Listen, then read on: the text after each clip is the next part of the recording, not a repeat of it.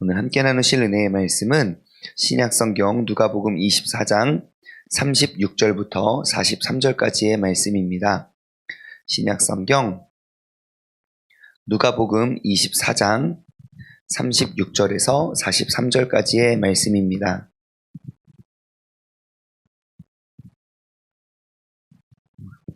신약성경 누가복음 24장 36절에서 43절까지의 말씀입니다. 우리 한 절 한 절 교독하도록 하겠습니다. 이 말을 할 때에 예수님께서 친히 그들 가운데 서서 이르시되 너희에게 평강이 있을지어다 하시니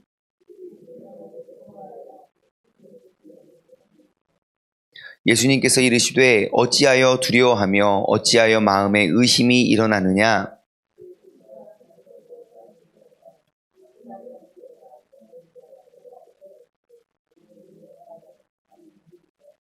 이 말씀을 하시고 손과 발을 보이시나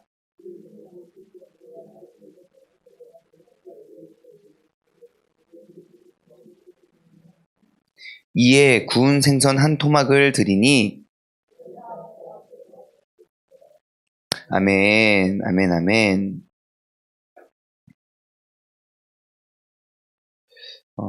지금 오늘 새벽에 이렇게 문자가 하나 왔어요. 미국에서. 그래서 갑자기 새벽에 카톡인가 하고 봤더니 저랑 같이 이렇게 신앙생활을 미국에서 있는 내내 저 되게 막 잘 아껴주고 챙겨주던 굉장히 정정하고 건강한 장로님이 계세요.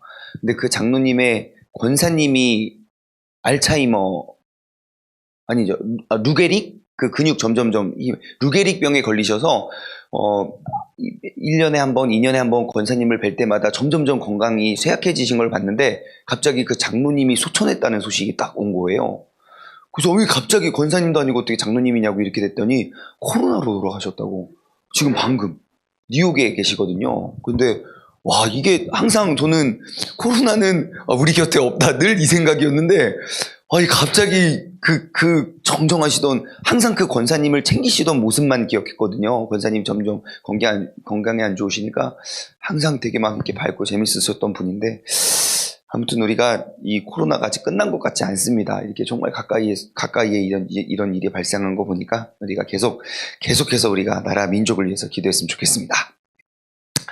자, 오늘 본문 말씀은요, 우리 어제의 이야기와 계속 이어지는 내용이지요. 그리고 내일은 이제 누가복음의 마지막이고요. 내일 모레부터 이사야서 31장부터 들어갑니다. 이사야서로 넘어가니까 여러분 그렇게 참조하시고, 그리고 한 가지 광고는 오늘은 선거 날입니다. 여러분 꼭 투표에 참여하시고, 우리 꼭 가장 좋은 올바른 지도자들 여러분 기도하시고, 찍으시면 안 됩니다. 그래서 꼭 사람들을 보시고 아주 가장 좋은 사람 투표에 꼭 참여해 주시기를 바랍니다.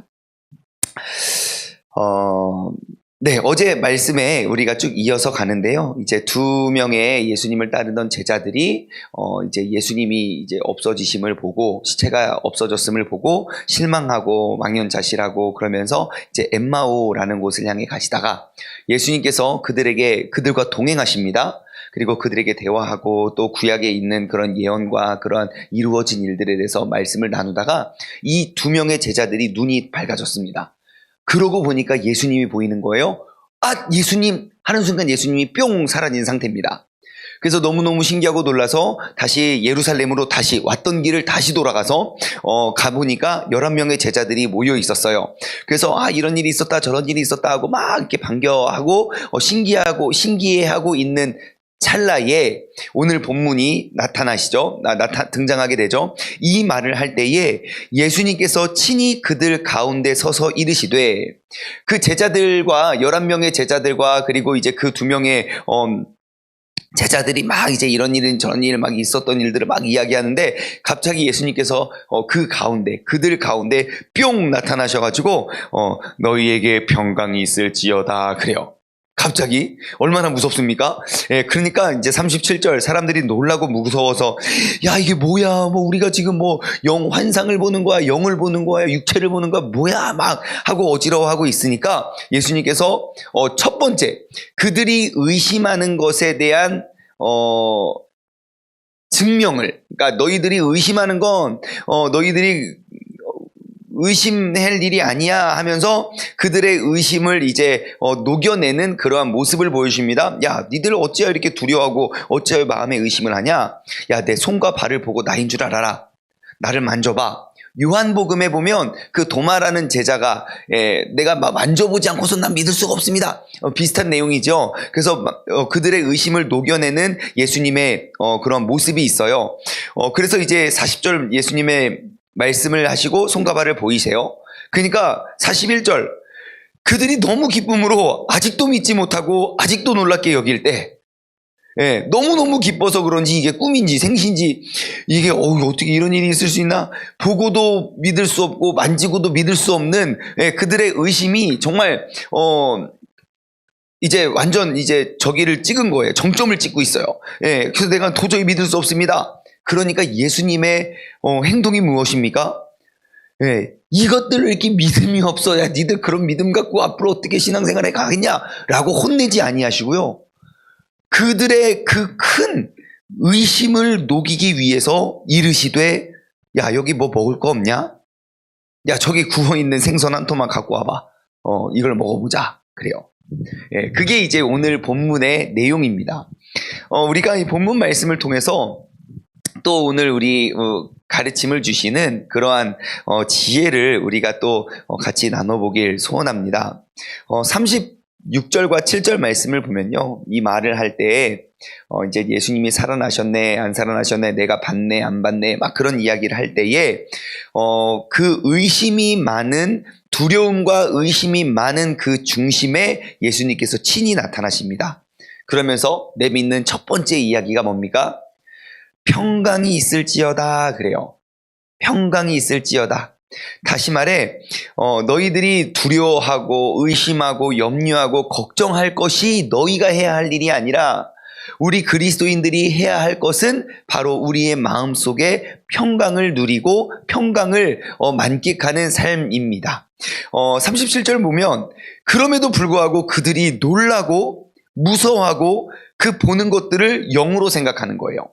그러니까 보여지는 그 사실을 믿는 것이 아니라 그냥 그들이 보는 것을 믿는 게 아니라 생각하는 것을 믿는 거죠.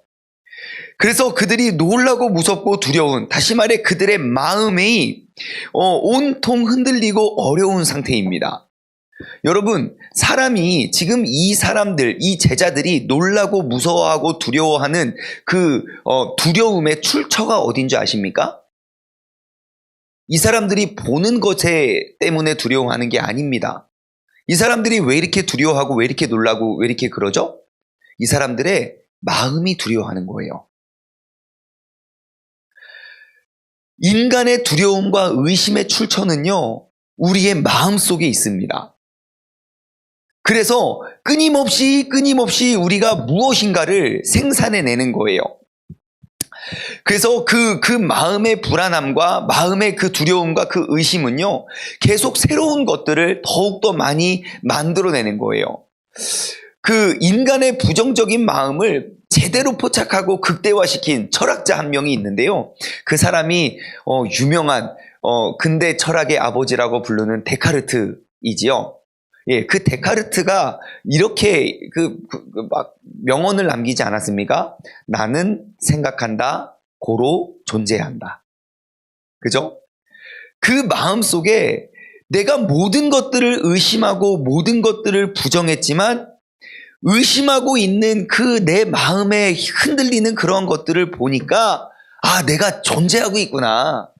그러니까 살아있는 것의 증거 중에 하나는 우리는 끊임없이 고민하고 끊임없이 두려워하고 끊임없이 의심하고 끊임없이 우리는 그렇게 마음의 그러한 혼돈과 그러한 충돌을 우리는 경험한다는 것입니다. 그런데요, 믿음에 관해서는 우리가 어떠한지 돌아보기를 원합니다. 믿음. 여러분, 믿음은요, 그 의심의 정반대의 용어입니다. 우리가요, 그 마음속에 일어나는 그러한 불안함과 그러한 놀라움과 그러한 두려움과 그러한 의심들을 우리가 없앨 수 있는 유일한 열쇠는요, 성경에는 믿음이라고 말해요. 그 믿음을 깨뜨리는 것은 바로 이 의심이고요. 이 의심을 녹여내는 것은 바로 그 믿음이라는 거예요. 여러분, 오늘날 얼마나 많은 사람들이 이 의심과 불안함의 노예로 우리가 불신하고 그 두려움 속에 빠져 있는지 우리는 주변을 통해서 우리는 쉽게 알 수 있습니다. 여러분, 믿음이라는 이 열쇠 없이는 이 의심을 우리가 어떻게 극복하거나 해결할 수가 없습니다. 요즘 날만큼 우리가 잘 먹고 잘 살고 편안하게 안정적으로 행복하게 살았던 때가 아마 대한민국 역사에는 없었을 것입니다. 그런데 사람들의 마음속, 사람들의 그 생활 속에는 서로가 서로를 믿고 신뢰하고 의지하는 것들이 점점점 사라져가고 있어요. 이 세상이 왜 이렇게 삭막해가고 이 세상이 왜 이렇게 두려워가고 왜 이렇게 두려움의 대상이고 모두가 경계의 대상인가 한번 생각해 보십시오. 우리가 먹지 못해서 입지 못해서 그래서가 아닙니다. 우리가 사람들을 믿지 못해서 그래요. 옛날에는 담벼락이 없이도 뭐 누가 우리 집에 들어오고 우리 집에 뭐가 있고 그게 그렇게 적용되지 않았었어요. 그게 불안함과 두려움의 대상이 아니었는데 요즘에는요, 아니 같은 아파트 사는 사람 인사도 제대로 못해요. 마스크 안 쓰면 이상하게 쳐다보고요.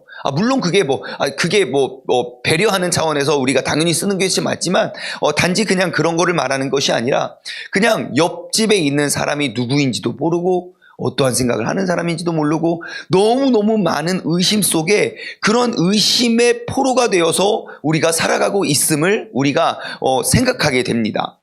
그런데 문제는 무엇이냐? 그 믿음이 빠져버린 상태에 남겨진 열매가 무엇이냐는 거예요. 그것이 사람의 기쁨을 앗아가고 사람의 행복을 앗아가고 그 마음에 두려움이 찾아오고 우리의 정말 이러한 놀랍고 무서움이 우리 안에 자리 잡고 있다는 것입니다.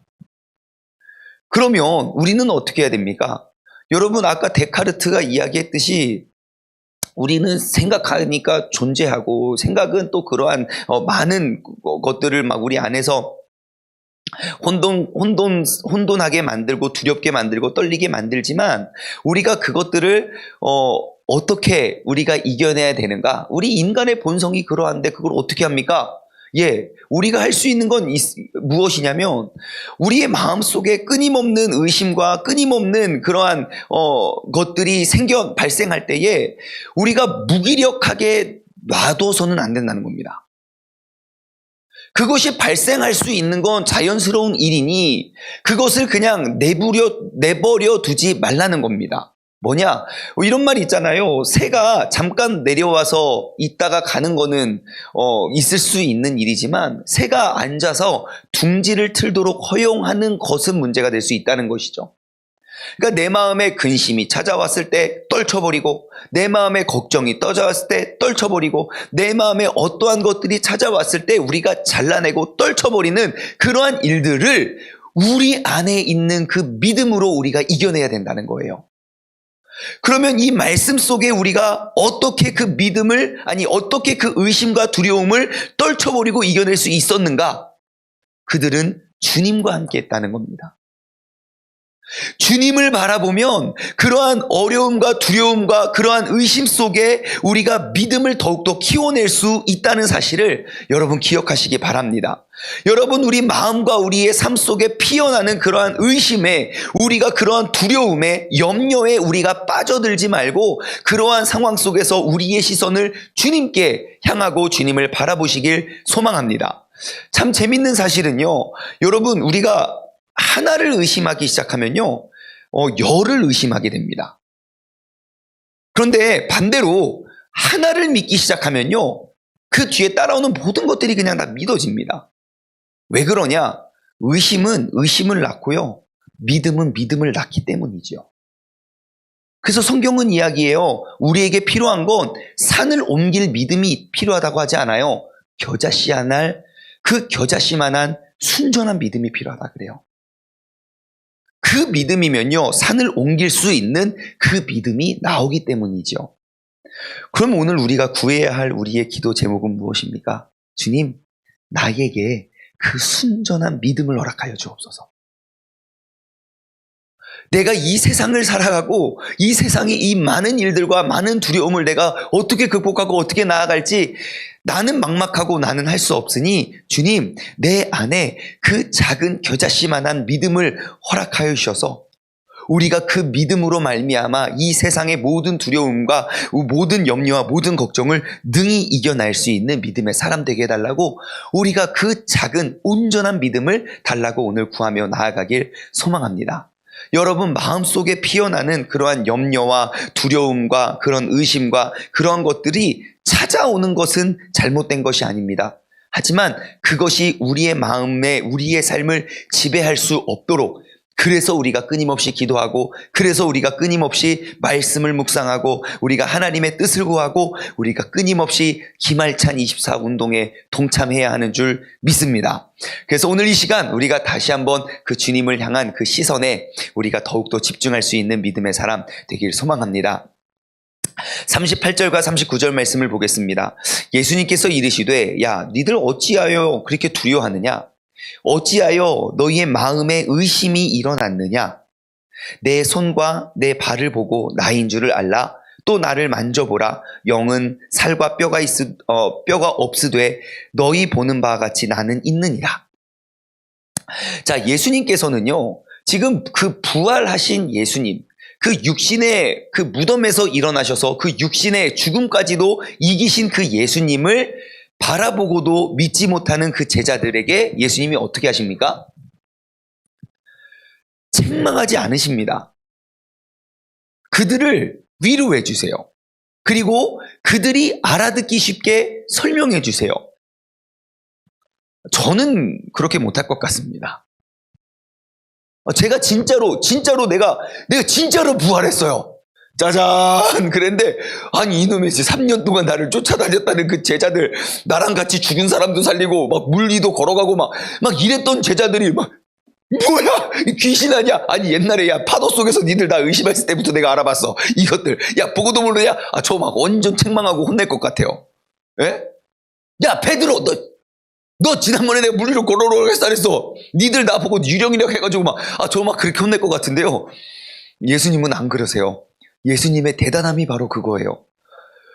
예수님의 부활하신 사실을 믿지 못하는 제자들을 책망하는 게 아니라, 야, 니들 나와봐. 만져봐. 야, 만져봐.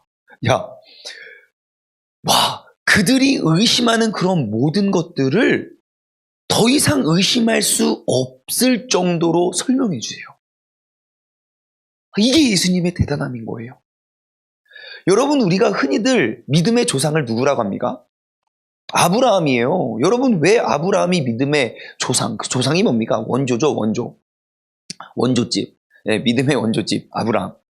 여러분, 왜 아브라함이 믿음의 조상입니까? 그에게는요, 내가 아브라함의 믿음 속에는 내가 무엇인가를 딱 믿는다 하면요, 그 뒤에 따라오는 어떠한 의심이 없어요. 아브라함은 그냥 믿고 고해요. 어떠한 잔해가 없어요. 야, 내가 너 아들을 줄게. 네. 아브라함은, 여러분 생각해보세요. 제가 전에도 그 본문 나눌 때 이야기를 했지만, 여러분, 아브라함과 사라, 아브라함이 99세 때, 사라가 89세 때, 100살의 아들을 낳았으니까요. 한 해 전에, 혹은 100살, 1월달, 2월달에 해서, 잘 날 수 있었겠죠. 여러분, 아브라함이 99세, 100세가 되었는데, 아들을 주리라. 이제야, 너와 사라 속에서 아들을 줄게. 라고 말을 했을 때, 여러분, 아브라함과 사라는 성령으로 잉태된 아이가 아니라니까요? 그 나이에, 그는 믿었어요.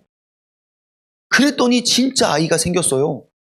그리고 그 아이를 바치라고 했을 때 어떻게 했습니까? 그 새벽에 동이 트자마자 갔어요. 야, 하나님이 너 바치란다, 야. 3일 길을 걸어가서 그 아들을 그냥 바쳐요. 그게 아브라함의 믿음인 거예요. 도저히 믿을 수 없는 상황 속에서 그의 믿음은 약해진 게 아니라 더욱더 강해졌대요. 그게 바로 로마서 4장 18절, 18절부터 20절, 그 사도 바울이 아브라함의 믿음에 대해서 생각하면서 이는 바랄 수 없는 중에 믿고 있었다. 아무도 믿지 못하는 상황 속에서 하나님을 향한 그의 믿음은 조금도 흔들림이 없었기 때문에 우리의 믿음이 조상이 된 겁니다. 여러분, 이렇게 의심하지 않는 믿음, 요동하지 않는 믿음을 위해서 우리가 더욱더 노력할 수 있는 그러한 믿음의 사람이 되어야 됩니다. 그러면 여러분 한번 보십시오. 분명히 성경을 보면 그러한 믿음의 사람들이 보여져요. 구약을 봐도 보여지고 신약을 봐도 보여져요. 예수님의 제자들, 오늘 본문 말씀에 나오는 제자들도 마찬가지죠. 살아계신 주님을 보고도 의심하고 있던 그 제자들이 주님을 만나고, 그리고 이제 내일 본문이죠. 내일 본문 예수님께서 하늘로 싹 승천을 하시고 난 다음에 이들의 모습이, 이들의 삶이 완전히 달라져요. 두려워하고 의심하고 근심하던 사람들에게 그러한 믿음이 들어오니까 그들이 완전히 180도 달라지는 인생을, 그러한 삶을 살아가고 있어요. 그러면 우리가 시선을 한번 돌려서 오늘날 우리의 세상을 한번 바라봅시다. 여러분 주변에 이러한 믿음이 보이십니까? 믿고 싶을 때는 믿고, 어려운 일 땅 터지면 똑같이 두려워하고 의심하는 믿음 말고요. 정말 아브라함처럼, 아니, 아브라함은 너무 멀리 있는, 아브라함이 몇 년 전 사람입니까? 새벽에는 질문하면 안 됩니까? 기원전 2100년이잖아요. 우리 지금 계속해 오늘 3강이 이어집니다. 여러분 오늘 저녁에 꼭 함께 해주시고요. 2100년 너무 멀어요? 그러면은 신약 성경으로 넘어가요. 그것도 너무 멀어요? 그러면 100년 전 대한민국의 기독교를 처음 들고 왔을 때로 넘어가 보세요. 모든 것들을 잃어버리고 모든 것들이 없어도 그 믿음이 흔들리지 않았던 그 믿음의 선조들이 있는데, 과연 2020년도에는 우리의 삶에 그런 산을 옮길 만한 믿음이 어디에 있는가? 어제 저희 아내와 같이 이렇게 이야기를 나누던 중에 너무너무 감동적인 이야기를 간증을 하나 들었어요. 그 마커스, 지금 이제 찬양 인도하시는 그 여자 인도자가 있습니다. 남자는 그 심종호 씨 좀 통통하신 그분 말고 소진영이라는 그 여자 그 찬양 인도자가 있는데요. 와, 그 여인의 믿음이 진짜 놀랍더라고요. 자신이 백혈병에 걸린 거예요. 예, 아무튼 백혈병 같이 이제 혈액암에 걸렸어요. 이제 죽을 것을 알고 있었는데, 이제 그러한 사실을 알고 있었는데, 마커스 집회에 가서 은혜를 너무 많이 받고, 마커스에 지원을 하게 된 거예요. 2006년인가 7년인가. 그러다가 이제 내가 난 이제 곧 죽을 수도 있고, 이제 항암을 계속 했는데, 어떤 남자가 프로포즈를 한 거예요. 네, 그 남자가 프로포즈를 해가지고, 이제 나랑 결혼하자. 난 결혼할 수 없다. 왜냐면 나 이제 이런 병에 걸렸고, 나 이제 죽을 수도 있고, 나는 특히 이제 아이는 더욱더 아이를 낳을 수 없으니까 결혼하지 말자. 나는 괜찮다. 너랑 하루를 살아도 괜찮으니까 너만 있으면 되니까 그냥 결혼하자. 결혼을 했어요. 결혼하고 보니까 이제 아이를 낳고 싶은데 아이를 낳을 수 없는 거예요. 항암을 계속 하기 때문에. 믿음으로 항암을 끊어요. 그래서 온 열심을 다해서 아이를 준비했는데 임신이 안 되고 유산이 된 거예요. 그때 그의 믿음의 고백으로 찬양을 딱 써요. 그래서 나온 부르의 명작들이 간증이 거기서 끝이 아니더라고요. 아이를 잃었을 때 이 찬양 쓰고요. 지금 다 생각이 나지 않는데, 그리고 아이를 낳는데 아이가 장애가 있을 거라는 거예요. 그 소식을 듣고 또 내가 또 다른 찬양을 쓰고, 와, 그 스토리를 제가 조만간 한번 이렇게 간증을 쫙 해가지고 찬양을 부르면서 우리가 함께 나눠보면 좋겠어요. 와, 정말 믿음이 없이는 우리가 주님을 기쁘게 할 수 없고, 믿음이 없이는 우리가 나아갈 수 없는 그러한 믿음을 오늘 우리가 이곳에서부터 우리가 회복하길 소망합니다. 여러분, 예수님의 제자들 우리랑 똑같았습니다. 예수님 안다고 믿었고, 예수님 3년 동안 그 모든 기적을 보고 살았어요. 하지만 예수님이 진짜 부활하셨을 때 그들은 믿지 못했습니다. 하지만 부활하신 예수님을 만난 그 이후에는 그들은 두려움 없이 나아갔습니다. 조금의 후회가 없었습니다. 그들은 전 세계 끝까지 가서 교회를 세웠습니다. 병자를 고치고요. 어떠한 어려움과 유혹과 핍박과 시련 속에서도 그들의 믿음은 조금도 흔들리지 않고, 특히 누구보다도 의심이 많았던 그 베드로 있잖아요. 이거 의심병 아닙니까? 예? 예수님이 나다 하면 될 것을, 왜 예수님은 나를 오라고 하셔서 그리고 또 예수님 버리고 도망가고, 그 베드로가 초대 교황이 되는 거 아닙니까? 예. 그래서 정말 그러한 믿음을 우리가 회복해낼 수 있는 그런 주님의 자녀, 복된 날이 되길 주님의 이름으로 소망합니다. 시간이 좀 지났지만 한 가지만 더 살펴보죠. 41절입니다. 그들이 너무 기쁨으로 아직도 믿지 못하고 놀랍게 여길 때 이르되 여기 무슨 먹을 것이 있느냐 하시니 이에 구운 생선 한 토막을 드리니 받으사 그에게 잡수시더라. 이 대목을 가지고 사람들이 많이 질문을 합니다. 예수님이 분명히 드셨네요. 먹었지. 쌌나요? 그쵸? 분명 먹었으면 이게 어딘가 나갔을 텐데 아직 그거에 대해서는 여기가 나와 있지 않기 때문에 우리가 성경을 보면서 우리가 꼭 알아야 될 건요, 여러분, 성경에 나오지 않은 것 우리가 너무 몰라도 됩니다. 몰라도 되는 건 안 나왔습니다. 근데 몰라도 되는 걸 굳이 알으려고 그렇게 하면요, 이단이 출몰하게 됩니다. 이단들은요, 모르는 게 없습니다. 다 합니다. 우리가 지금 이 메시지가 우리에게 주는 그 핵심을 봐야지, 예수님이 오줌 쌌나요? 똥을 쌌나요? 이거 지금 여기에 관심을 두면 이 메시지의 핵심을 우리는 잃어버릴 수가 있어요. 자, 여러분, 부활하신 예수님이 밥을 먹어야 배가 고파서 밥을 먹었을까요? 왜 먹었을까요? 지금 이 내용의 핵심이 뭘까요? 예? 의심을 씻어주기 위한 예수님의 그냥 과장된 행동이죠. 니들이 도저히 못 믿겠어? 못 믿겠어? 못 믿겠어? 갖고 와봐. 야, 내가 먹어볼게. 이들이 믿을 때까지 믿을 수 있도록 도와주는 게 예수님인 거예요. 예수님은요, 지금 안 먹어도 돼요. 근데 너희가 믿을 수만 있다면 내가 이렇게 도와줄게. 여러분, 우리 주변에 믿음이 없어서 혹은 믿음이 연약해서 우리가 힘들어하는 그러한 지체들이 많습니다. 우리는 그들에게 어떻게 합니까? 넌 왜 이렇게 믿음이 없어? 기도해. 너 기도가 부족해. 말씀을 덜 읽었나 보지. 빨리 말씀 봐. 빨리 기도해. 여러분, 그거는 조금도 도움이 되지 않습니다. 영체의 몸으로 나와왔지만 그 육신의 생선을 뜯어 먹으셨던 예수님처럼 우리가 그들과 함께 믿음이 연약한 성도를 위해서 우리가 도와주고 배려하고 책망하는 것이 아니라 그들의 눈높이에 맞춰서 우리가 도와줄 수 있는 그러한 믿음의 사람이 되었으면 좋겠습니다.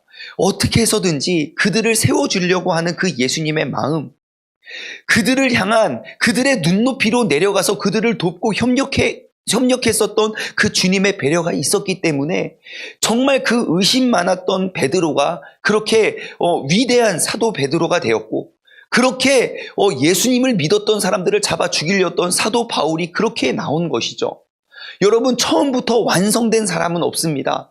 하지만 그들을 믿고 우리가 도와주고 배려하고 협력하는 속에서 그 연약하고 작은 믿음의 사람들이 그렇게 성장하고 성숙해 가게 되는 줄 믿습니다. 여러분, 오늘 우리가 이 하루를 살면서 내 주변에 우리가 더욱더 많은 사람들을 믿음으로 세울 수 있는 그러한 우리 모두가 되길 주님의 이름으로 소망합니다. 함께 기도하겠습니다. 하나님 아버지, 감사합니다. 예수님께서 부활하신 소식, 그 사실만큼 기쁘고 행복한 이야기는 없는데 그 사실과 그 현상을 바라보지 못했던 그 제자들은 그 모습을 바라보고 두려워했고 예수님의 부활하심을 의심했고 이전에 내가 바라봤던 예수님의 모습은 온데간데 없고 오늘 내 눈앞에 보여지는 저 사람이 예수님이 아님을 그들은 고백합니다. 하지만 그 예수님의 마음과 예수님의 모습 모습은 그들의 믿음 없음과 연약함을 책망하거나 질책하지 아니하시고 그들의 눈높이로 내려와 그들이 이해하고 믿을 때까지 그들의 모습을 보여주고 비춰주었습니다. 아버지 하나님, 우리가 더욱더 주님의 뜻을 간구하고 아버지 하나님, 우리가 더욱더 주님을 기쁘게 해드릴 수 있는 그러한 믿음의 사람, 2020년을 살아가는 아브라함과 같이 2020년을 살아가는 주님의 제자들과 같이 2020년을 살아가는 내가 바로 그 산을 옮길 만한 믿음의 주인공이 되게 하여 주시옵소서. 나아가 우리의 믿음이 더욱더 연약한 믿음을 세워주고 더욱더 믿고 신뢰하여 정말 주님을 따를 수 있는 제자들을 양육할 수 있는 믿음의 사람 되게 하여 주옵소서. 감사드리오며 이 모든 말씀 살아계신 예수 그리스도의 이름으로 기도드리옵나이다. 아멘. 다 같이 두 손을 번쩍 들고 주님의 이름을 3번 힘차게 부르짖고 합심하여 기도하시다가 자유롭게 돌아가시겠습니다. 주여